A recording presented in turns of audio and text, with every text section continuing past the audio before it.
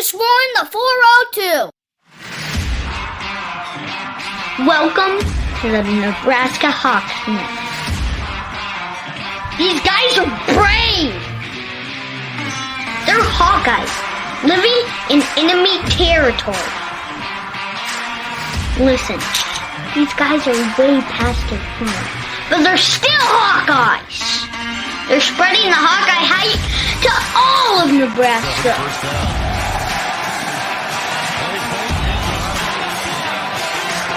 The frost advisory is canceled. Corn Huskers, more like corn suckers. Are you ready for this podcast? Let's go Hawks!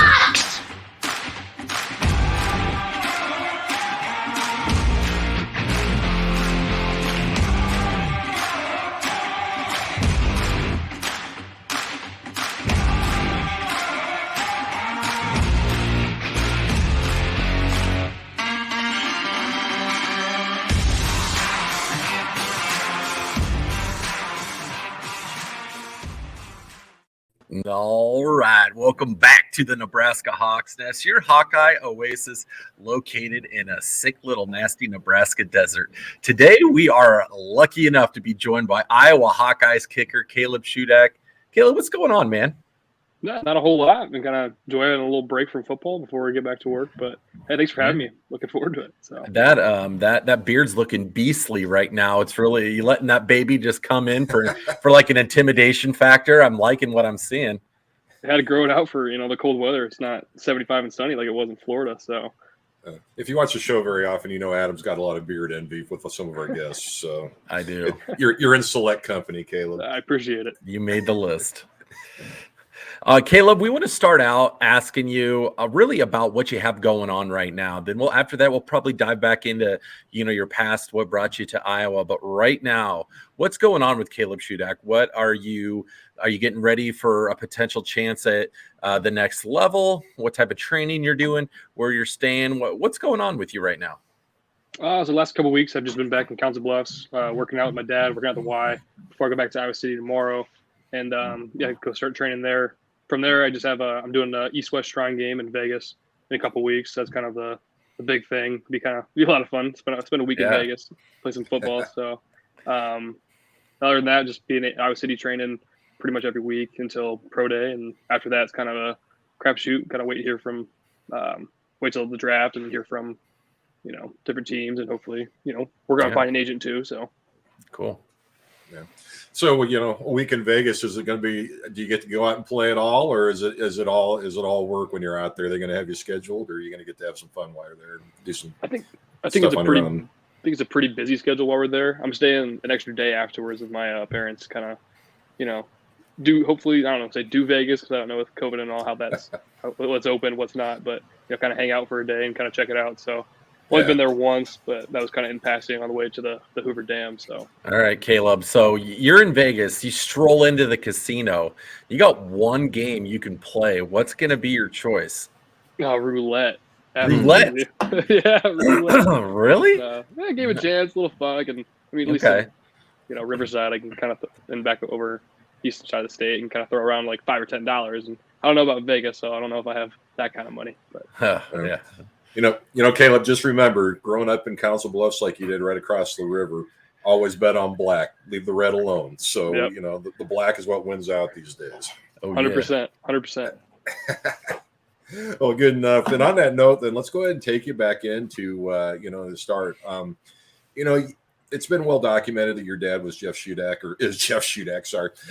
The ex-great kicker from Iowa State. I think he's still, when I looked it up earlier, he's still like third in the Big Eight in, field goals made, attempted, and, great kicker. How did that affect you growing up, and what was it like growing up? I mean, you played like, I think, every sport under the sun too growing up. Take us through the whole Caleb as a kid coming up through there and all the interests, and I mean, how you developed and how you ended up choosing field goal kicking. Caleb, hold on for 1 second before you answer that. I want to preface this, whatever Caleb's saying is, just because you grew up in a Cyclone house or a Husker house doesn't mean you need to follow other people's choices.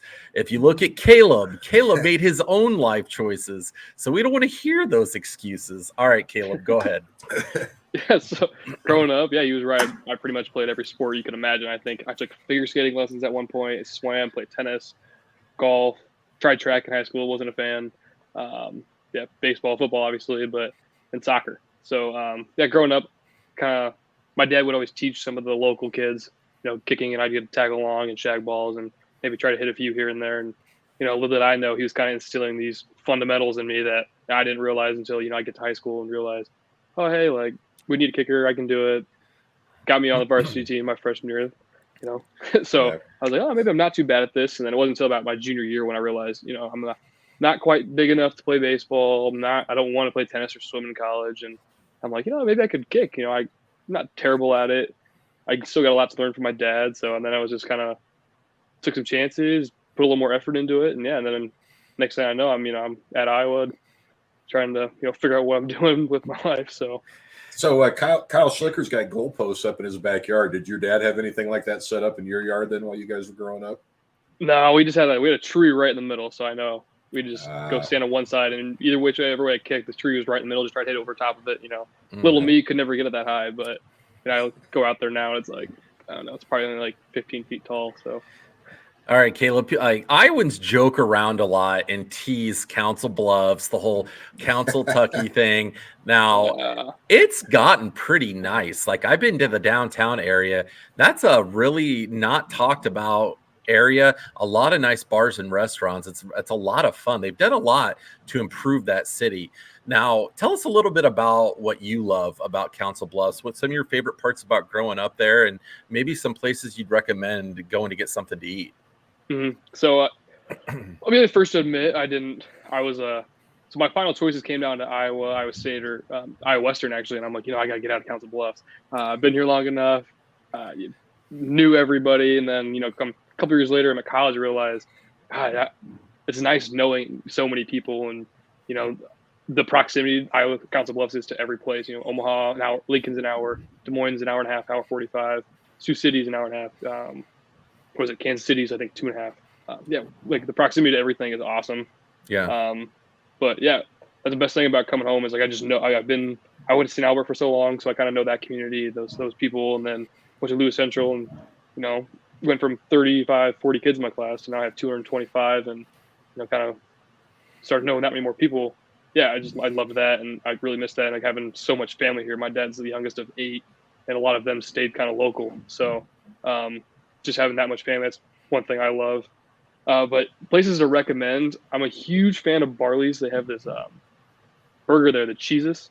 It's it's like two patties, bacon, an egg, and then sandwich between two grilled cheese sandwiches. Wow. I go to. Other than that, I'm a huge Raising Cane's guy. Raising Cane's. Okay. Yeah, I got introduced to that in high school, and I come home and I just have to get it because the nearest one to Iowa City is Davenport. It's like an hour. Okay. Jerry, have you ever had Raising Cane's? Oh, yeah, we've got one up here where I live. So. I had it once when I was in Dallas, and I got sick from it. So I've never had it ever since. But everybody I talk to is like, it's so good. It's the best. It's the best. I'm a Chick-fil-A guy. I love Chick-fil-A. But there's nothing wrong with Chick-fil-A. Yeah, but I'm going to have to, and you tipped me over the edge, I'm going to give Raising Cane's another shot. I'm going to give them another try. I feel like you have to. If people are willing to try a Runza, you have to try Raising Cane's. So. Yeah, I know. I'm not a Runza supporter because a lot of their proceeds go to Nebraska athletics. So I'm like, I got to put my money where my mouth is. So I'll drive past a Runza and starve if I have to. And that also, the cabbage in those sandwiches tears me up. Like I cannot handle it. Yeah, not for me. No, me neither.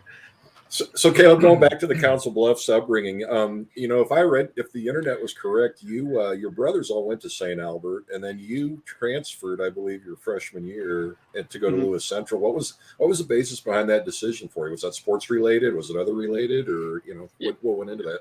It was mainly sports related. So the swim coach at the time, I knew swimming was one of the sports I wanted to do in high school. I never really wrestled, wasn't a basketball player. Being 5'6", 5'7", not really my forte. So I was like, I'm a swim. And then my lifelong coach, I swam for 10 years before I got to high school. He coached at Lewis Central, and I'm like, hey, Mom, like, really want to swim for him. And we were good friends with the Duggan family, and Coach Duggan was still a coach at the time. So I'm like, oh, kind of a no-brainer.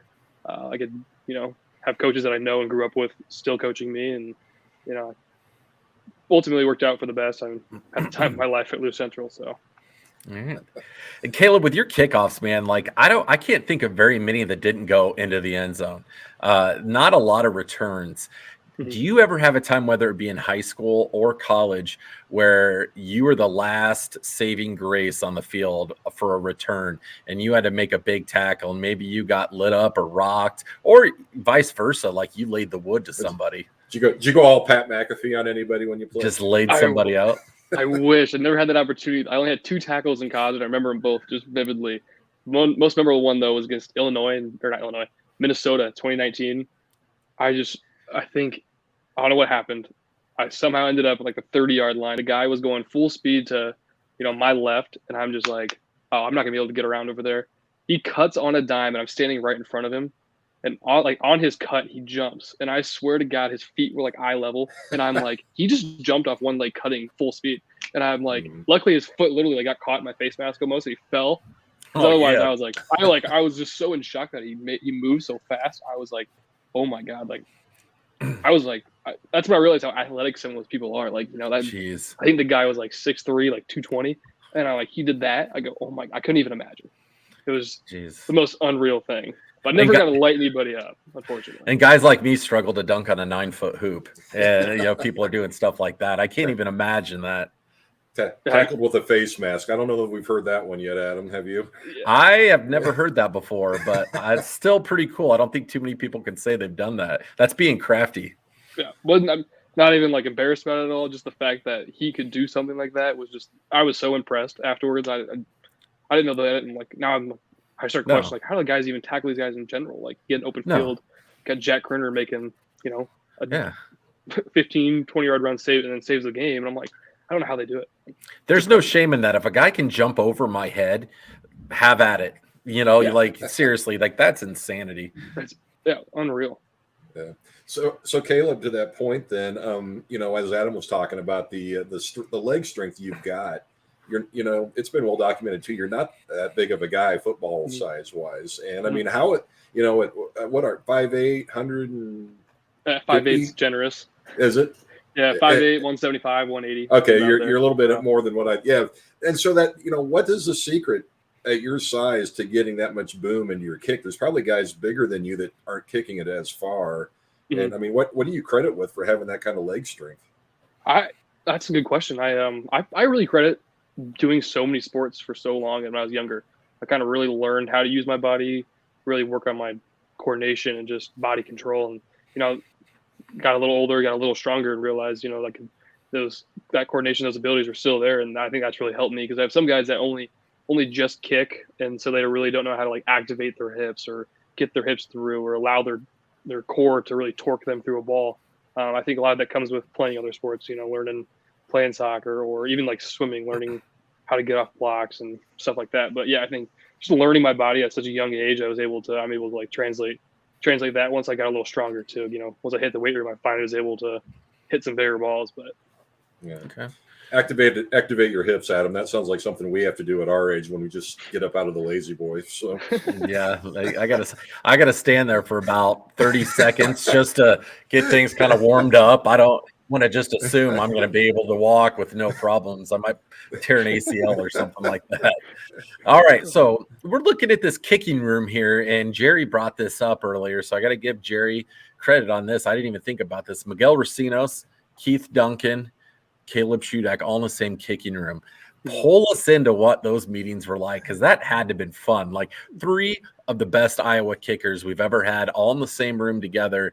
We don't know Miguel's personality too much, but you and Keith are known for having very strong, very great personalities.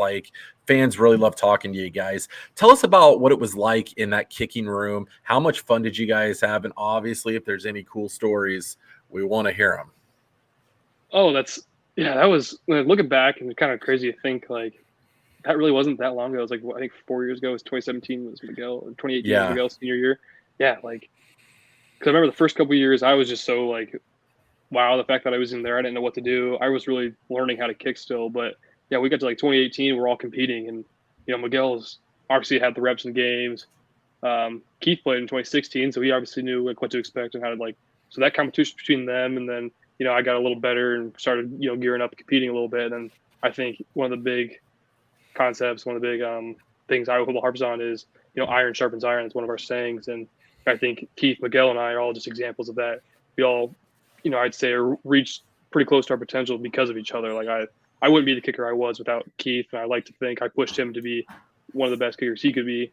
And it was a lot of fun too. We had a lot of mutual respect. We kind of knew, like, hey, at the end of the day, we all want the team to win. We loved being at Iowa. We loved working out in the off season. We loved hanging out with each other outside of the building. But yeah, we just having so many guys that knew so much about kicking. I learned so much from Keith and Miguel. Like Keith is a very good teacher. That's something I had to learn from him was how to break things down for younger guys to understand. And Miguel was also, he's very analytical. He was a very smart guy. So he'd obviously have these he could have some really deep conversations about kicking. I don't know how deep you can really get sometimes, but Miguel could do it, and it was a lot of fun to work with those guys. But there had to be some friendly competition in there during practices, or maybe unfriendly competition. You're all competitors. I mean, what do you do as field goal kickers? Who can kick the longest? Who can kick the highest degree of difficulty? What are some of those like? And can you elaborate on who may have won any of those? Yeah, we would do sometimes if we weren't kicking, we do punting. See which one of the three of us was the better punter. Obviously none of us are gonna get in the game, but if something came down to it. We need like a 4-string punter. We all want to know who's gonna be the best guy, so we get a little chippy, a little chirpy. But no, other than that, we play like horse. We do like kick from over here, kick from over there, and then Miguel and I, our favorite thing to do was go back kind of far because Keith, when he was a little younger, couldn't hit it that far. He's like, screw you guys, I can't go back there. I go, that's the point. We're trying to knock your ass out. Oh yeah. So I mean, that was a lot of fun. But yeah, other than that, it was just in the season. It was more like compete a little bit, make sure we're helping Miguel understand the wind for the game, or determine whether the wind or the ground or the spots, whatever it is. So okay. Well, you didn't finish that though between you and Miguel. So you knocked Keith out on the distance. Between you and Miguel, who was usually kicking getting the most distance out of the field goals? I'd say Miguel was. Unfortunately, okay. I hate to admit it. Don't want to be he's the better guy, but third year I was still trying to figure out how to hit a big ball every time, and Miguel could do it pretty consistently. So he put me in my place a few times. I want to piggyback off of what we were just talking about, Caleb. Really, you epitomized, what the Iowa program really tries to be all about. You didn't get to start right away. You really had to fight for it and wait your turn. And you have a lot of respect from Hawkeye fans for sticking with it and not bailing and transferring like the way the world is right now. If you don't get to play right away, people are out. They're transferring, they're hitting the portal. But you stuck it out. You waited your turn. And you battled and you got your opportunity. Tell us about that process, how difficult that was for you, not being able to get playing time, because obviously, we can tell you guys had great chemistry in that kicking room, but you want to play, as do all the other guys do, and that had to get frustrating at times. How did you battle through that adversity? Yeah, that's a really good point. And, a lot of people don't know if they know or remember. I did put my name in the portal, and, I tested that a little bit, but I was never fully – that was during the season too, because – I was trying to, beat some applications for grad school. But in the end of the day, I was allowed to stay, and, they opened up a scholarship for me. And so I was more than happy to say, okay, coach, I'll stay. That's all. That was huge. So to that point, Caleb, but I'm sorry to interrupt, but you actually had a scholarship offer from Wake Forest while you were in the portal, didn't you? Yeah, I think Temple and Wake Forest had, extended me positions and opportunities, and, I had my best friends went to school at Iowa. I lived at Austin Spuak for 6 years now. And, we had having guys like that around that lived with the same guys, Sean Byard, Dallas Jacobus for 3 or 4 years. And so, leaving that was hard for me. I had already started my master's at Iowa too. So ultimately, I set a scholarship, say, hey, you might have to wait your turn, but we can help pay for grad school. And I was like, hey, that's more than enough. I just need an opportunity. And then COVID happened, and I was fortunate enough to get a 6th year. I would have tried to take one anyway with a medical year, but no, a lot of people don't know. Like, it wasn't all, glory and fun. It was like I had a lot of conversation with my family and my friends. Like, I don't know if football's for me anymore. don't really know if I should continue with this. I had an injury in 2017 where I started questioning, like, it took me probably 16 months to learn how to kick again. I was struggling with that, and then obviously losing the job to Keith, and I was just like, maybe the dream's over, maybe I should be done. And then, I had such a great support group with my family and the coaches and my roommates, my friends, that I was like, you know what, maybe I just give it a little bit more try a little more, keep pushing out a little longer. And then finally, 6 year came around, and at that point I was like, hey, I've waited 5 years, I got nothing to lose, so go out there and just bang the balls, and whatever happens happens. And it was a lot of fun, worth the wait. And but definitely struggled mentally with it for a number of months and years, just kind of, do I keep going, do I quit, like, what do I do? So and Adam's point, not just the patience that you showed and just what you mentioned, I mean, how do you rehab as you're a kicker? And you just said you had to relearn how to kick, but you tore your Achilles in 2017. And I mean, how as a kicker, how do you rehabilitate and learn to kick again like that? I mean, to me, I would think that'd be one of the most devastating injuries you could have had for your position. Yeah, I initially thought it was career ending. They were giving me through like a timetable of everything, what was going to hinder me, what's going to happen. And I'm starting to think, like, oh, this doesn't sound too promising. Like, my career might be over. I'm like, I'm still kind of young. I was rarely you see a 19-year-old tear your Achilles. So I'm like, I'll go through rehab and we'll give it a shot. And then get like 8 months in, and I'm still learning how to run. And I'm like, oh man, like, this is taking a long time. I don't know if I can do this. So I had to learn to run before I could kick, because I needed to be able to drive off my leg. And ultimately, I didn't have enough like power from my calf to be as linear as I wanted. I don't know how to describe that. So when I kick, I kind of throw my legs like this now, where I used to be a little more linear towards the uprights, just because I don't have that ability in my calf anymore to really get that push. So I had to learn how to, like, throw my hips like that without being, so just doing that, I kind of bite myself in the ass. I might be able to pull a ball, I might shank a ball right, like, how to learn the sweet spot and kind of, what works for me. So yeah, it was just took a lot of time, a lot of reps to really figure out what worked for me, how to adjust my distance from the ball, my width from the ball. It was just, took a lot of time, but yeah, I think like 14 months later, 16 months later, I was kind of like, oh, I kind of got this figured out now. So the cool part was we interviewed Keith. We've interviewed him multiple times, but when he was getting ready for the next level and training, he made sure he wanted to tell us all about his friend Caleb Shudak and what we were going to be getting from him, what type of guy, what type of worker, and how consistent. And Keith goes, I wouldn't be surprised if Caleb didn't miss a field goal all year. Like, he's that good.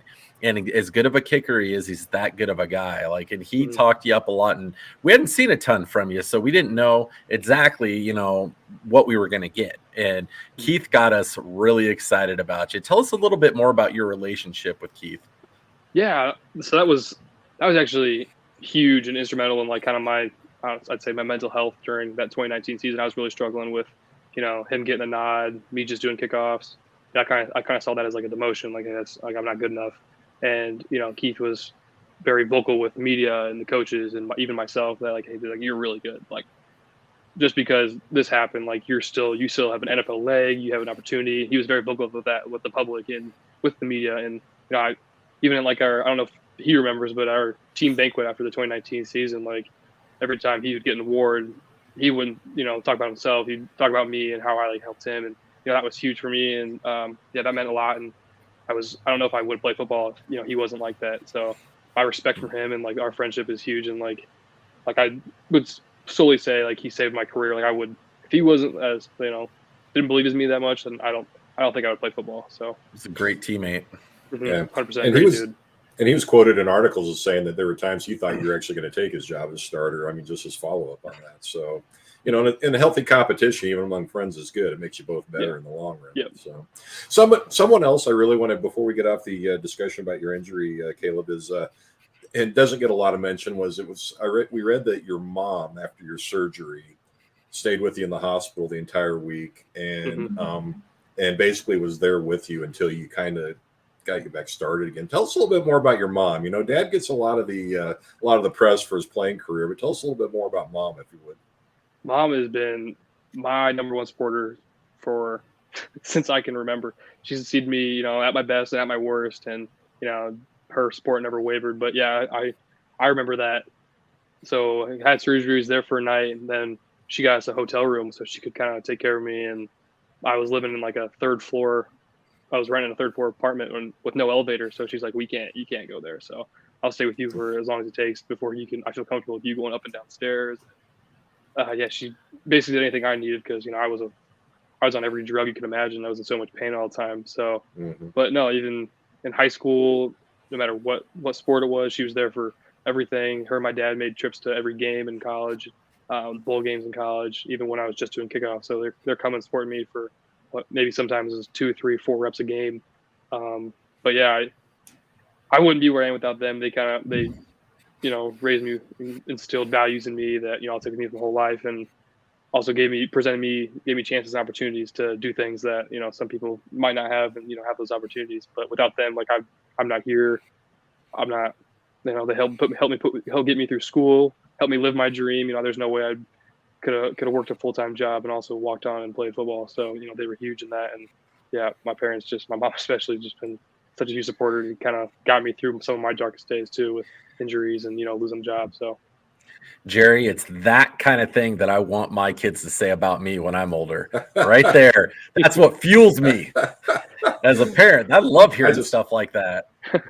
I just hope mine just say, well, he didn't get in my way. So yeah, Jerry's kids are like really, really smart. So that was self-development on their part. That didn't hinder us, so that was a good thing. So Caleb, I wanted to. Sorry, Jerry, go ahead. No, go ahead. I just real quick, and I was just going to say testament to Mom, because then the weather may not have been conducive, and you may have wondered what you were doing there. But I mean, you were back warming up at the Pinstripe then in New York that year at the Pinstripe Bowl, and I mean, how great of a redeeming feeling did that have to be after everything you went through, that you were back on the field, even if you were freezing your ear off while you were at it on an ice skating rink? That was a terrible place to play. Yeah, that was awesome, because I think that was more of like the coaches saying, "Hey, like, you've put in the work in your rehab.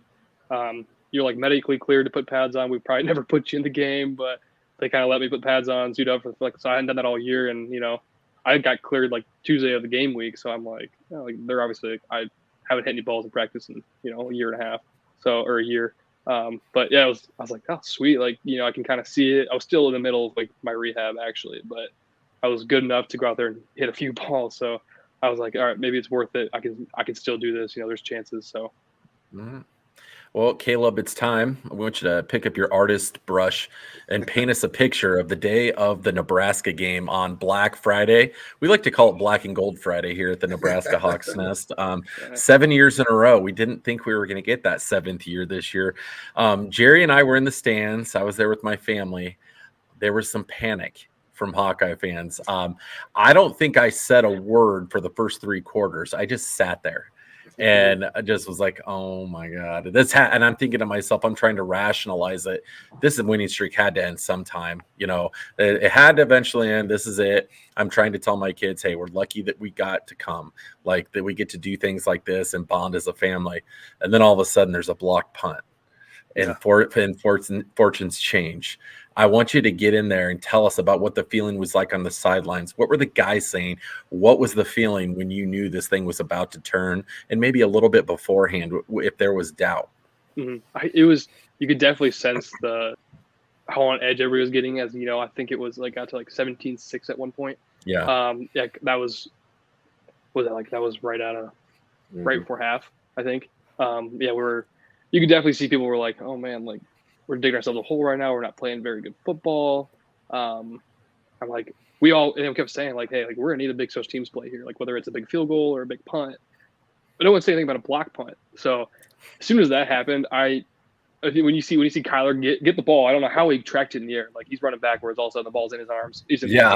I'm scrambling to find my helmet, and I'm walking out there going like, we're gonna win this game. Like, there was no doubt in anybody's mind after that. Like, we were still down, I think, 3 or 4 points or something. And I was like, there's no doubt we're going to win. Like, that's just all we needed. And then after that, the defense had some huge stops, and I know we had a couple more field goals that I think were big. But I think it was just after that, the sideline, I mean, everybody was standing up, everybody was cheering the rest of the second half. And I think you could just feel just the confidence everybody had, like, hey, that was a play we needed. And now it's like, we're going to win special teams, and if we win special teams, we're going to win the game. And Yeah. that was the edge we needed. So I really felt like that was the epitome, especially in the third going into the fourth quarter. You saw two programs out there in very different places. You saw a winning culture, a team that demanded and expected to win against a team that expected it somehow just not to go their way. So that was, that was very cool to see. And then also too, just to hear the life get sucked out of the building. I mean, I'm with you too. You could feel that, like you could feel the energy from the fans coming to our sideline, and I'm like, this is awesome. Like, I had a guy turn around at the end of the game that was very friendly to me the whole entire game, and of course I stand up on the bleachers and I yell 7 years in a row, baby, woo! And he turns around and he gives me the middle finger and tells me where to stick it, and I was like, that's okay, I'll take that. That's okay. Let's be honest. It wasn't the first time anybody's told you that, Adam. So no, it's not. That's probably why I handled it so well. But yeah, that was so much fun. Like, there's not a team I would personally want to beat more than them. Just growing up in Council Bluffs in the Omaha area, I just, especially being like the 1 year like I'm starting, I'm like, oh, I can't lose to them now. Like, we beat them my entire time here. Like, I just wasn't ready. Like, but that was just so sad. That's a game to remember. Like, I'll never forget that entire game. That was unreal. You helped keep us in that thing, Caleb. Well, I was going to say from a fan perspective, Caleb, your field goal was what tied it at 21. And that was honestly when you kicked that, that was when we started seeing Husker fans heading for the exit. They were already giving up when you tied it with that field goal. So if it gives you any more feeling of feel goods, that's, you were the one that basically helped break the back of the fan base. So Caleb, I don't know if you can see behind me over here. We got the Heroes Game Championship belt hanging on the wall. Let me get it right here. Oh yeah. You should get to at least see that, the corn belt. It's we take that to the game. I don't know if you ever got to see that. Yeah, but you helped bring that baby home. If we were going to lose, we would have had to put that in storage and hide it away for a year. But it's able to breathe out in the air just because of you guys coming back. That was fantastic, man. That was so much fun. I mean, granted, I think the 3-win team, we were like, oh, it shouldn't have been that close. Who cares? They always play us tough. Just the fact that we got out of there and we were down what like 12 points at one point. I'm like, not looking promising, but yeah. Toward the end of that game, we were, you guys were, the lines were really pushing them around. I mean, was there a sense on the bench over on the sidelines, Caleb, that, their conditioning was wearing out and we're imposing our will on them right now? You could sense that with our O-line, especially, I think, because we sit right next to them on the sideline. And I remember Lindy coming over like, hey, we got these guys. So-and-so, I remember his number, like 92 or something. It's like, he's dead. We got him. We're going to push him around. We're moving the ball in this next drive. And so I'm like, I started seeing that. I'm like, oh, like, that was after the punt too. And I'm like, punt block. And I go, well, we got this in the bag. Like, I think that confidence was just with the whole team. We all knew, like, we had a few plays here and there, a few throws here and there, drop balls. But, I mean, everybody just knew, like, we had this. I mean, I was fully confident in the team that we were going to win the game. So I was hoping that last touchdown drive was going to come down to a field goal instead. But hey, I'll take the touchdown. Which wanted that game winner? Would you have blown a kiss if we would have won? Would you have done it? Please say yes. I don't know if I would blow a kiss. That's Keith's thing. I was thinking I was going to throw the bones. I don't know what I was going to do. So maybe like give a little bow or something. Yeah. Do some push-ups at midfield or something like that. Well, that's kind of a good thing when you say throwing the bones. Budget did that too. The old ex-Nebraska guys. So anybody from the area, that might be something to keep in mind. Yeah, I was like, if it comes down to, I don't know what I'm going to do. I might just like black out in the moment, but like fully planned on just throwing the bones at the 50-yard line, and Oh yeah. Man, I might have not survived if you did that. I might have just lost it and freaked out. And that, like you said, they were a 3-9 team, but this is going to sound weird, but they were a damn good 3-9 team. Like they hung in with everybody. Like they never got blown out. They were in every game. They just didn't close. Like watching that team out there and play, that didn't look like a 3-9 team. That looked from our perspective, that's an 8-4, 7-5 team. 100%. Like they played Ohio State within 10 points for most of the game. They played Michigan down to like the last 2 minutes of the game. So I'm like these aren't bad. The whole week we kept saying, like, guys, these guys can beat pretty much anybody in our conference right now. So yeah, they really can. Game, so. And it's a rivalry game. Like I don't care if they're 0-12. Like we want that blood. Exactly. So I'm like, I think we all were like, we got to be focused for this game. These guys are a good team. Yeah. And, the record might not show it, but yeah, they were a good team. So. Yeah. Well, and before we leave the 2021 season and move on to other subjects, Caleb, there's a couple things that stood out from that Indiana game. I heard on one of your interviews there was a story about T. Good takes was it the first or second play for 60 yards, and you're on the sideline. And take us behind the scenes with that, as far as what you went through, not realizing you were going to score that quickly, and then. Secondly, also that Indiana game, I believe, didn't they call 3 timeouts on you before half to try to ice you? First field goal of the game. Yeah, exactly. So take us those 2 plays, but take us behind the scenes on that long touchdown run you weren't expecting, and then secondly, what goes through your mind? Your very first game kicking as the full-time kicker, and they try to ice you with 3 timeouts. So take it from there. So going off the run, So there's just a point in time on the field, like about the opposite 40-yard line, where I go, all right, we're getting into the range. We need a big play. We might be in field goal range here. So I get up, I'll get on the bike, or I'll jog, and I'll start stretching. Well, I don't think we ever reached that point. So I'm still sitting on the sideline, like I'm joking with Ryan and Tori. I'm like, I'll start warming up here in a second. Tori's starting punting balls, and I'm like, maybe we'll get there. And next thing I know, I just hear fans losing it. I'm looking at the board, trying to figure out what's going on, and I see T. Good running. And I'm like, oh shit, I gotta find my helmet. So I'm like standing up. I'm like, I grabbed Arlen's helmet. I don't think Arlen was in the game yet.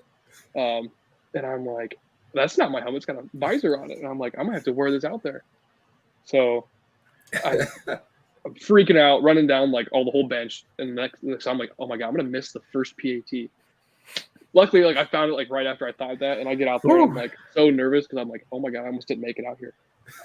So terrible kick too, looking back on it, like probably the worst kick I had all year. But awful. But it was a lot of fun, and getting to the ice, going back to right before half, I think it was like 41 yards. They iced me the first one, hit a good ball. And I'm like, oh, so confidence is getting a little higher. Call a second time out, we still hit it. It's another good kick, and I go, all right, like I'm not even worried anymore. So then like the holder's like, hey, do you want to hit the third one because they're probably gonna use the last time out? I go, nah, like we're gonna make it now.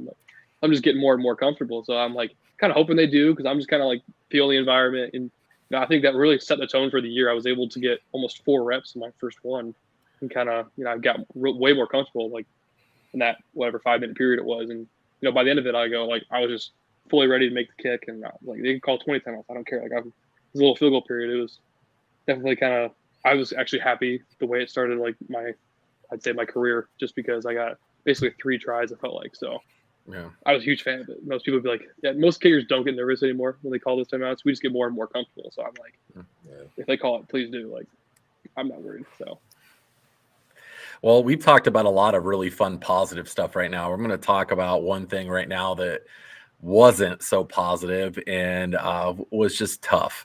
The Citrus Bowl this year, I was able to make the trip out there and had an awesome trip, awesome vacation, and it was great to see how we came back in that game and really seemed to have control of it there at the end, and thought we were going to pull that one out.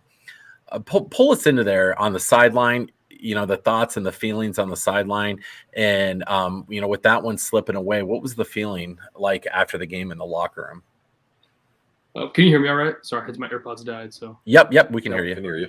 But yeah, I mean, it wasn't until we got back to the locker room I realized, oh man, like it's over.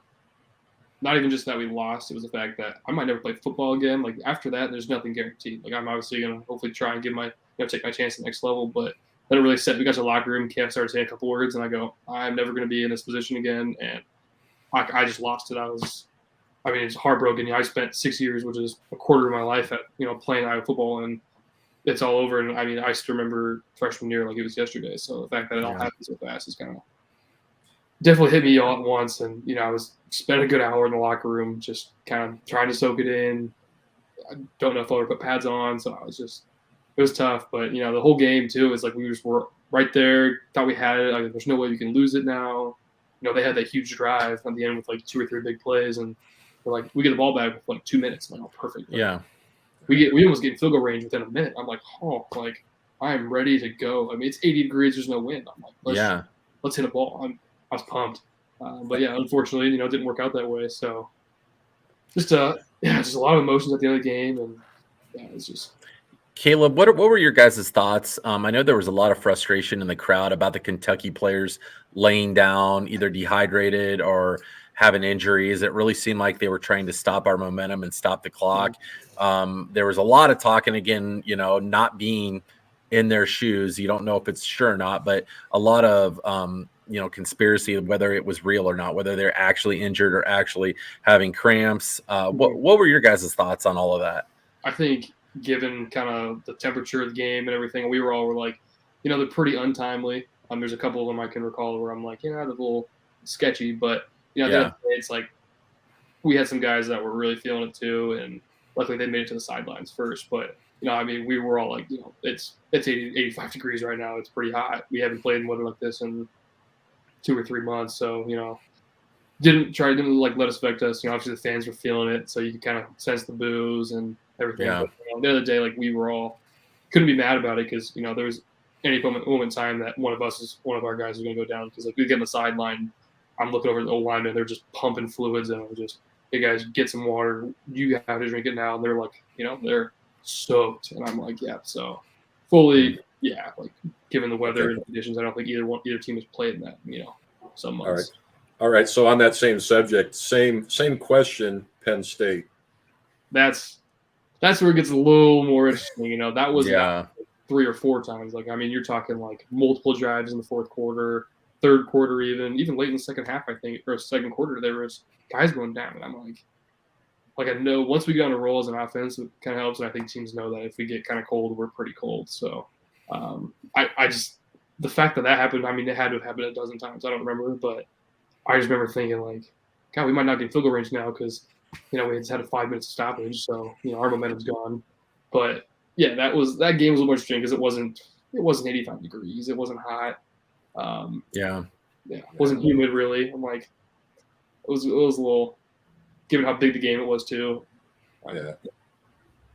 So let's go ahead. I want to switch gears on you here a little bit too and talk to you about Charlie Jones. Mm-hmm. And I'm asking you about Charlie Jones because from a fan's perspective, at least my perspective, guys like that are just fearless in punt returning and kick returning, that's a true returner.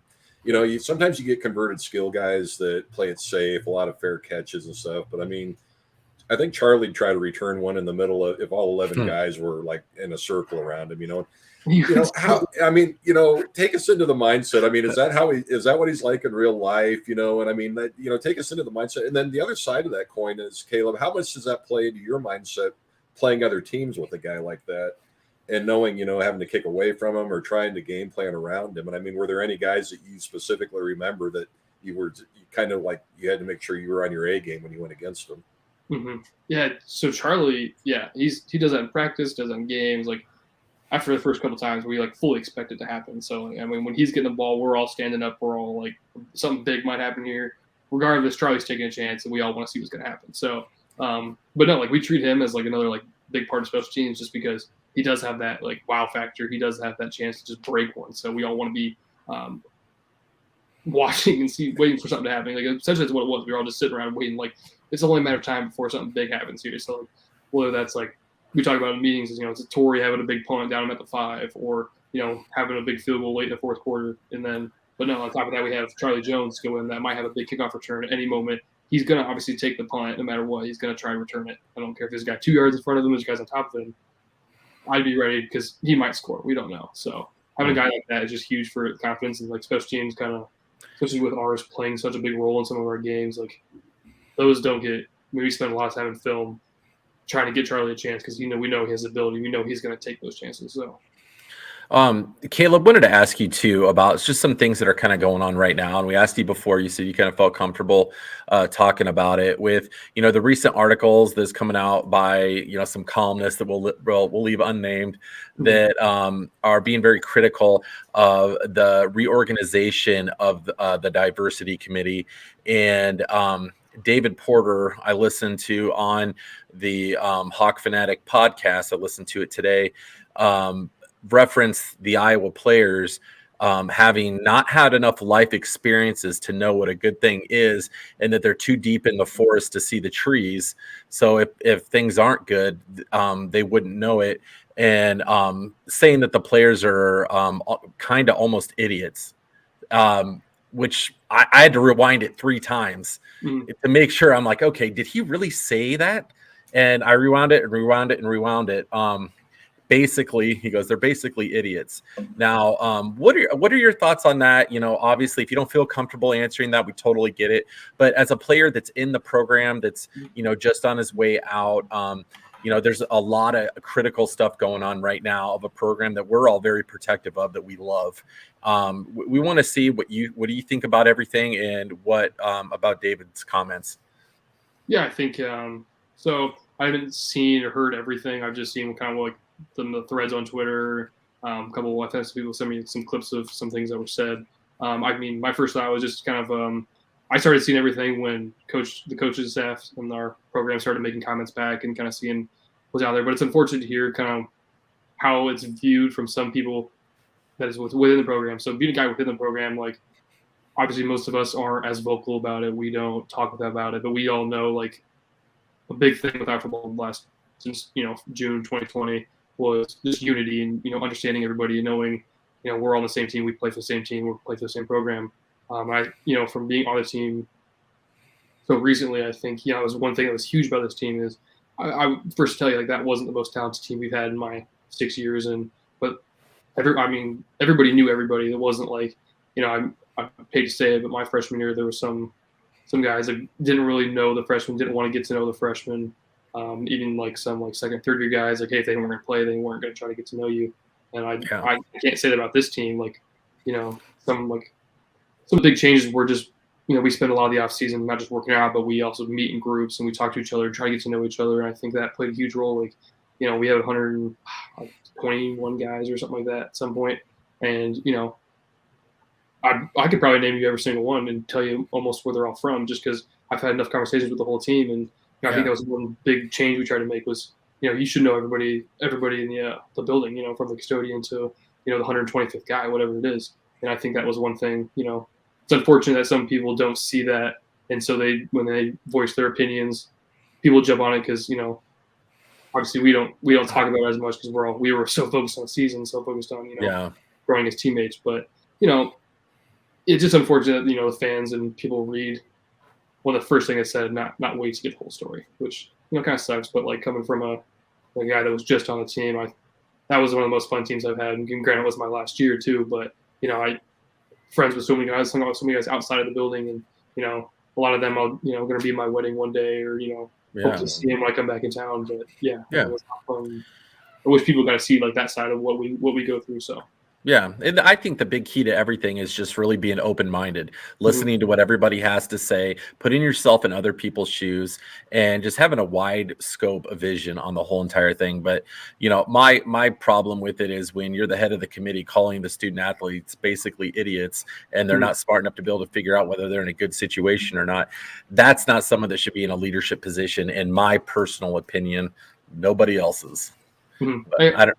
Go ahead. I think a lot of us don't take that personally. I think I personally get more offended when people talk about Coach Ferentz and question his character and who he is. And a lot of guys have, like, those are some of the most amazing men and role models that I'll have the rest of my life. Like, I've learned so much about myself because of them, and I've grown as a man because of them. And Coach Ferentz especially is so authentic with his words with us and what he goes through meeting with us and stuff. And people unfortunately want to highlight some negative things out there about him, but, like, no, like, to me, he's one of the most authentic guys, and I have nothing but respect for him and had nothing but an amazing experience playing for him. So we've interviewed hundreds of former players on this podcast, and not one guy has said anything negative about Coach Ferentz. Everybody has the phrases made me a better man, made me a better person. I respect the hell out of him. Like, those are the things that always come up. The guy's been leading our program for 23, 24 years. You stay at a place long enough, there's going to be people that are going to try to dig stuff up on you. We got a great coach, a great man. Let's get behind him and be positive and be supportive instead of trying to pick the guy apart. That's exactly, like, a lot of us come to play for him. Like, it's Coach Ferentz' team. Like, hey, like, I want to go play for a guy that's been there for so long. Like, it's steady, there's stability, and just when he meets with you, like, you can just sense his authenticity. And I think recruits see that too. And so people are coming to play for him. Like, whether you say negative things about him or not. Like that's what we're play with him, and we want to play for him. So. Yeah, I just hope coach, and not the coach cares what we think, but we just always as fans, like guys like Jerry and I, just hope that, Coach Ferentz and Brian Ferentz and Phil and all the other guys know that the vast majority of the fans are behind him and deeply appreciate everything guys like you, Caleb, and the coaching staff have done for us and for the Hawkeye football program over the years. Hope they feel that. Mm-hmm. Yeah, I can't speak for them, but I think, it's part of their job. They understand what's going to come their way and what's not. So yeah, they love the Iowa fan base, and they're very, very vocal about that with us. Like, hey, we got to play in front of one of the best, most amazing fan bases and communities in the world. So we all enjoy it. So yeah. So Caleb, one last note on the coaches, then talk to us about Lavar Woods. He's got a trajectory that's going nothing but upward. Take us into what it's like to have Coach Woods for your coach, and what's he like. And I mean, just kind of describe that experience of playing for him. Yeah, so I was fortunate enough to be in the room when he was transitioning from our tight end coach down, and then also now he's our special teams coach. He's actually meeting with us. So my first couple of years, we didn't have a position coach. It was just a specialist in a room. We'd watch tape and we'd go play pool or ping pong for an hour or so till dinner. Then Coach Woods gets in there and he has no idea what we do in practice. Like, he doesn't know what's supposed to happen, how the periods are really ran. Like, that was Coach White when I got there. He just was like asking millions of questions. At first, I'm like, this is kind of stupid.